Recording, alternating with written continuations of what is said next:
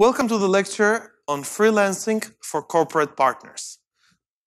This is a lecture about you getting to the next level, from just working with small clients to working with large companies, because you can. You don't need to be employed by them to work with them, but I want this course to be useful whichever career you choose. You can choose to to stay as a freelancer and work with small businesses, but you can choose to work for a small company, for a large company, within a large company, or just partner with them and work together with them. So, I want to start with this picture. This picture is inspired by what is called the sapeurs in Congo. It is a movement. It is a movement of people who are passionate about, in a way, fashion in life. Now, they live in poverty. If you see the surrounding there, it doesn't look very expensive or one of the high streets. Nevertheless, the gentleman is dressed in a way that is very, very elegant. Why he does that?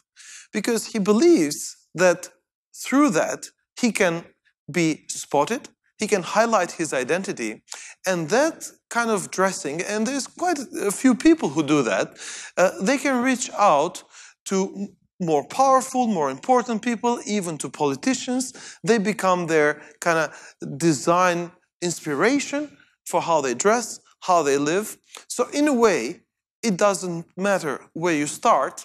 If you have a bit of an imagination, and if you think big, even things like, dressing, like the people who you aim to reach, dress, it already brings you a bit closer to them.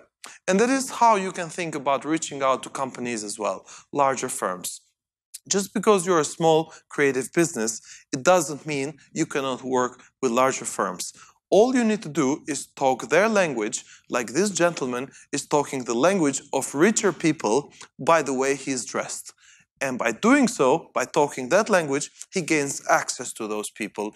And also, he becomes famous because you see the reporters are there to film him. So think about it this way.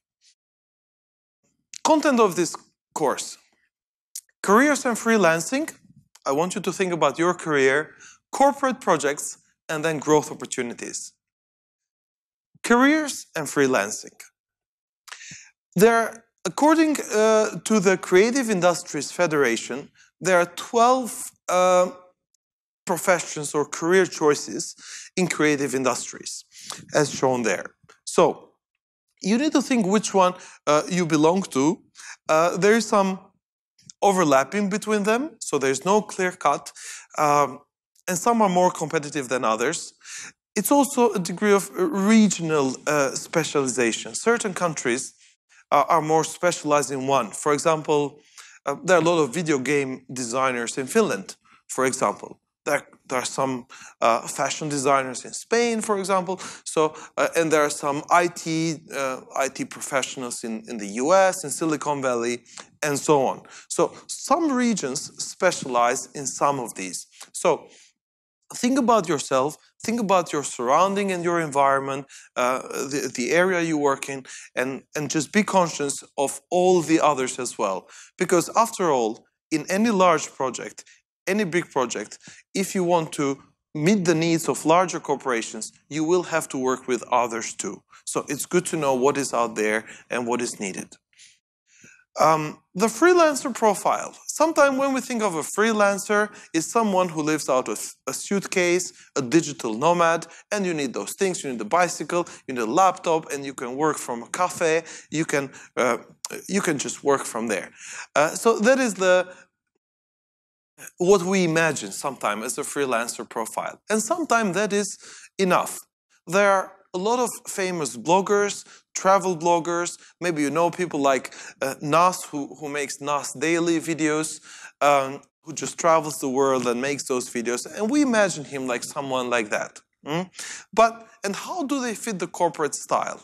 Suit, tie, formal behavior, and so on. Well, they do, because more and more corporations need creative people, people who think outside the box. So, and you can be one of them. First step, how do you find the jobs? There are a lot of platforms out there that help freelancers like you find jobs. And these are used not only by individuals, like me, for example, creating a project like this or developing a project, but also larger corporations, Airbnb and many others, Google, look for talent in these freelancing platforms.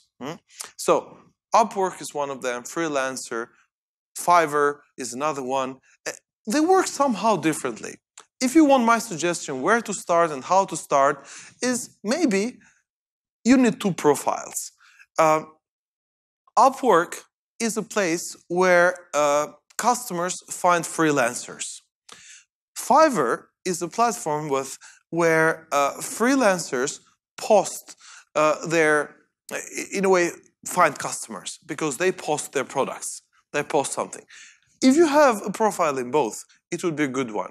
If you already have some creative designs, you've designed some template, a theme for a WordPress website, then Envato Market is the place. But you can look at the others too. If you have some other skills, people per hour can help. For example, if you have skills to do video shooting, well, you can go and that is maybe a good place. So you can find jobs there, and it is up to you how you filter and which kind of clients you want to work with. Getting started. You start by building a profile. So Freelancer gives you some ideas on how you build a profile and all the elements. It is not difficult. It is, in a way, like writing your CV. What is difficult, though, is gaining the first customers. If you're there, it's all based on reviews. If you don't have any review, because you haven't had any client, it is difficult. How do you get over that? One way is maybe you should charge less than anyone else for your work until you have a customer base and you have some testimonials and some reviews, and then you can charge your fair price. The other way, maybe you need to do some things for free. For example, if they want you to design a logo, give them a sketch for free. And that will convince them. Remember when we talked about virtual teams, it's all about building trust. If reviews help for you to build trust, or references or testimonials from other clients, but if you don't have that, build trust by offering something for free. Digital commons work, use that principle before you can license out your intellectual property. So have this idea in mind, start small, do something for free, walk the extra mile, and then results will come. You can charge later, you can grow, you can build a team and the company. So this is how you get started. Advice on freelancing. Most important thing, know your key clients. You cannot serve every client. You cannot serve every client. So if you're good at design, you specialize. You specialize on, let's say, illustration. You illustrate characters. Now, who needs characters? Some advertisement need characters, cartoons, or just you specialize. Or video game. You specialize on characters for video games. Well, you know your clients. Video game producers are your clients. And some of them are really, really large, like companies like Blizzard and a few others. Very, very big. So it is very important to know your clients, what they need, how they work, where they are based, which countries. And maybe you want to consider your work style, your working hours that fits those customers.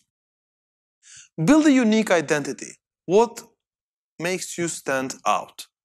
Why are you different than others? Are you the cheaper? Are you the better? Can you do this? Can you combine maybe design, visual design with sound? Or do you have combined skills? Do you have a team? Do you use the most recent software? What do you do? Do you have a trademark? And maybe that is enough to help you stand out.